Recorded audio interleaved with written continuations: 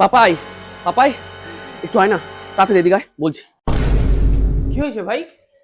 ভাই 500 টাকা ধার দে না, ঠাকুমার খুব শরীর খারাপ, খুব ওষুধ কিনতে হয় ভাই। 500 টাকা ধার দে, 3 দিনের মধ্যে দিয়ে যাও, প্রমিস বলছি ভাই, প্লিজ।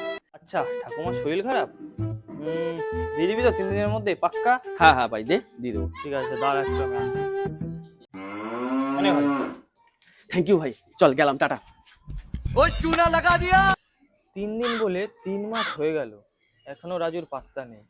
ও টাকাটা মেরে দিল না তো? না যাই, ওর বাড়ি থেকে একবার চক্কর দিয়ে আসি। কাকিমা, ও কাকিমা, রাজু আছে?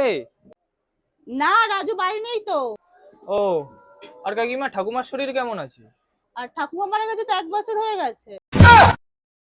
ইস শালা, রাজুর বাচ্চা আমার টাকাটা মেরে দিল রে। ঠাকুমা, তুমি বেঁচে আছো? মরবো কেন আমি? তোমরা মরবো কেন রে? শালা, বাড়ির সব কটা চিটিংবাজ, কার পাল্লায় পড়লাম কে জানে।